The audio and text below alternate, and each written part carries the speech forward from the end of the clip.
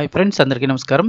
Friends, పెన్షనర్లందరికీ కేంద్రం మరో శుభవార్త అయితే చెప్పింది. సో దానికి సంబంధించిన వివరాలు అయితే వీడియోలో తెలుసుకుందాము. వీడియో పూర్తిగా చూడండి, అలాగే తప్పకుండా లైక్ చేయండి. మరిన్ని అప్డేట్స్ కోసం ఛానల్ని సబ్స్క్రైబ్ చేసుకోండి.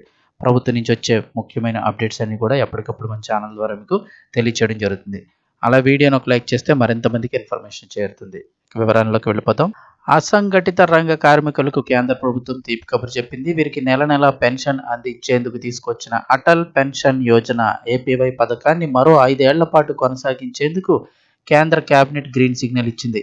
ఇవాళ ప్రధానమంత్రి నరేంద్ర మోదీ అధ్యక్షతన జరిగిన సమావేశంలో ఈ ఏపీవై స్కీమ్ను 2030-31 ఆర్థిక సంవత్సరం వరకు పొడిగిస్తూ నిర్ణయం తీసుకున్నారు. ఈ మేరకు ఈ పథకానికి మరింత విస్తృత ప్రచారం కల్పించడం, అభివృద్ధికి కృషి చేయాలని, అందుకు తగిన నిధులు కేటాయించాలని కేబినెట్ నిర్ణయించింది.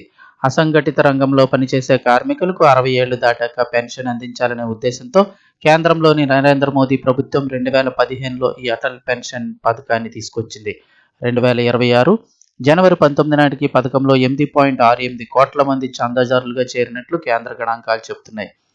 నిజానికి ఈ స్కీమ్లో చేరడం ఎలా అంటే 18 నుంచి 40 సంవత్సరాల మధ్య వయసు ఉన్నవారు ఈ స్కీమ్లో చేరేందుకు అర్హులు. ఈ పెన్షన్ పథకంలో పెట్టుబడి పెట్టాలని భావించేవారు పోస్ట్ ఆఫీస్ లేదా ఏదైనా ప్రభుత్వ రంగ బ్యాంకులో కానీ సేవింగ్స్ అకౌంట్ కలిగి ఉండాల్సి ఉంటుంది. అంటే చాలా మందికి అకౌంట్స్ అయితే ఉంటాయి. ఎస్బీఐ కానీ ఇలాంటి బ్యాంక్స్లో అకౌంట్ ఉన్నా సరిపోతుంది. స్కీమ్లో చేరేవారు 60 ఏళ్ళు నిండిన తర్వాత నెలకు 1000 రూపాయల నుంచి 2000, 3000, 4000 లేదా 5000 పెన్షన్ పొందుకునేందుకు ఏదో ఒక స్లాబ్ ఎంచుకోవాలి.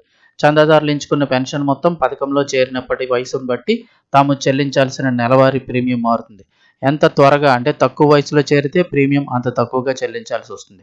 కాగా అక్టోబర్ 1, 2022 నుంచి అమల్లోకి వచ్చిన నిబంధన ప్రకారం ఆదాయపు పన్ను చెల్లించేవారు ఈ పథకంలో చేరడానికి అయితే అనర్హులు.